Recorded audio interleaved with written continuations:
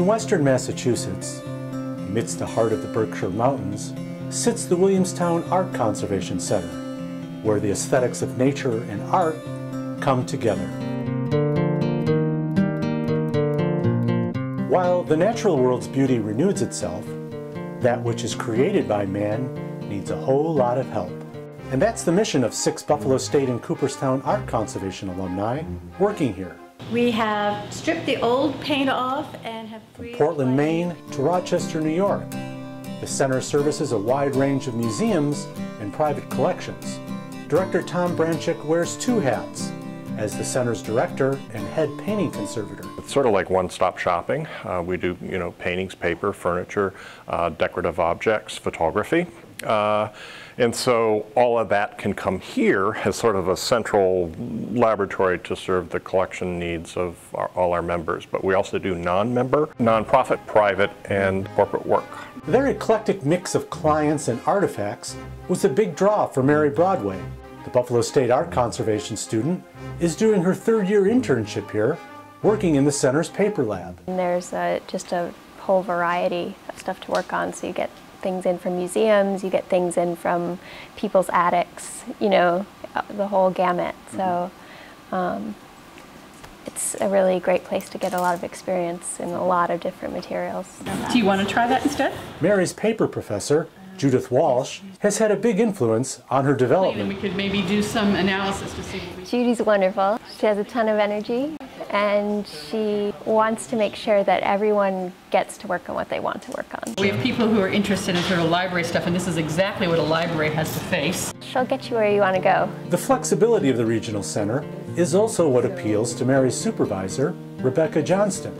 I definitely wanted to be more of a bench conservator, lots of treatments, whereas different museums have different paces, but they're often exhibition driven, and you don't necessarily do quite as much treatment in a museum. What's interesting about the objects at the Williamstown Art Conservation Center is they come from a variety of places and also are composed of a variety of materials. And that's an understatement for objects conservator Helene Gillette-Woodard. This is a Victorian fan that was constructed out of a single piece of wood. This piece here is a Japanese armor. It was placed on its edge. It's made out of lacquered metal and rawhide, as well as textile components.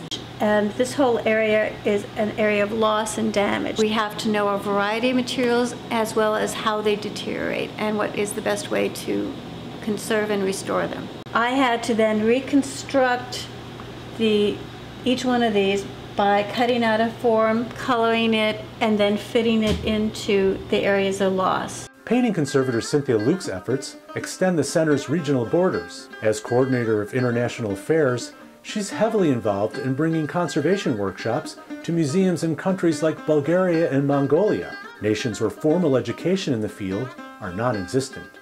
The exceptions that the faculty at Cooperstown made for me during those internship years made a big difference in what I could accomplish later. So I'm very appreciative. Many people are starting to be concerned that there's no jobs, and so I'm going into a profession that I'm not going to be actually going to work in. Yet, here is recent Buffalo State graduate Jennifer McGlinchey, employed as an assistant paper and photography conservator. We had a lot of interdisciplinary conservation work in Buffalo, so I used a lot of objects in painting conservation techniques and conservation of photographs. It was very helpful. My message is that if you're good at what you do, there will always be a place for you. You don't go in it to be the multimillionaire. You go into it for the passion of what you're working on. And young conservators like Mary and Jennifer have that passion, a spirit shared by all who work here.